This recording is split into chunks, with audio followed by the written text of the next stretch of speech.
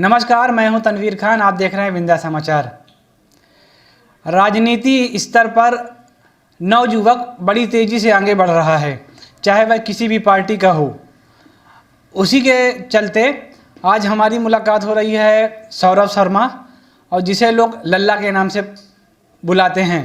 उनसे पूछते हैं कि उन्होंने राजनीतिक करियर कैसे शुरुआत की और कहां तक वो राजनीति करना चाह रहे हैं। सौरभ, आपका विंध्या समाचार में स्वागत है। सभी विंध्या समाचार के दर्शकों को मेरा नमस्कार। सौरभ, आपने राजनीतिक करियर की शुरुआत कैसे की? भैया, मैं 12th पढ़ता था और मेरी रुचि शुरू से राजनीतिक रही है। हमेशा मेरे घर में सिर्फ कोई राजनीतिक परिवार से मैं नहीं हूँ, बहुत ही सामान्य वर्ग से हम आते हैं। हमारे चाचा 2-3 बार, एक बार यूथ कांग्रेस के उपाध्यक्ष रहे हैं, 2 बार और चुनाव लड़े तो विधानसभा अध्यक्ष, और प्रेजेंट में भी विधानसभा के अध्यक्ष, और मैं स्वयं प्रदेश सचिव रह चुका। इस समय वर्तमान में यूथ कांग्रेस IT सेल का जिला अध्यक्ष भी हूँ। और मैहर विधानसभा यूथ कांग्रेस की हमने सदस्यता की थी, सदस्यता अभियान चल रहा था। उसमें हमने 700 से 750 युवाओं की सदस्यता की। आप लोगों सबके सहयोग से मैहर क्षेत्र में सबसे ज़्यादा सदस्यता थी।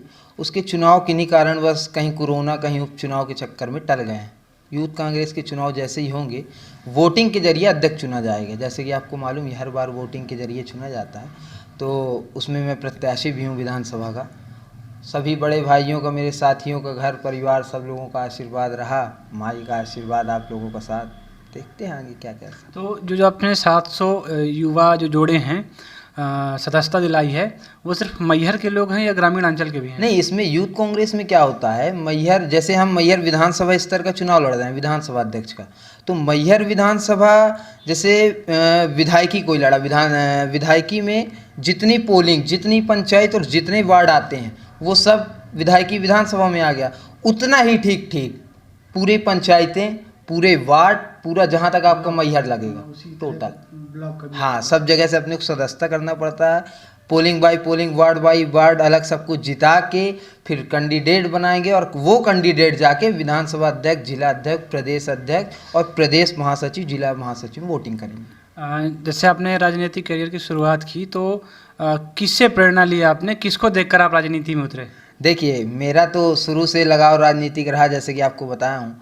और चाचा घर पे राजनीतिक थे, तो उनको देख देख के बहुत इच्छुक रहता था। मैं अपनी स्कूल की पढ़ाई छोड़ के जाता था रैलियों में, बड़े बड़े आंदोलन में। कई बार तो मैंने भोपाल में लाठियाँ भी खाई, जेल भी गया।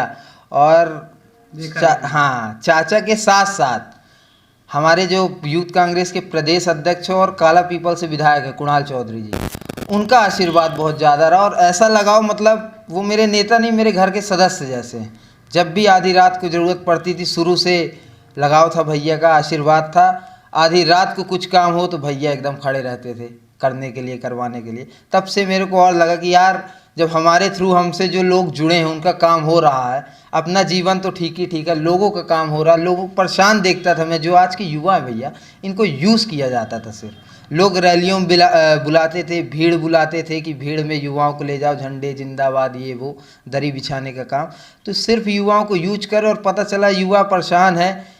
नौकरी तो बहुत दूर की बात हो गई, कोई छोटा मोटा भी काम है तो कोई सामने खड़ा नहीं होता था। तो आपने किस तरह से मदद की युवाओं की?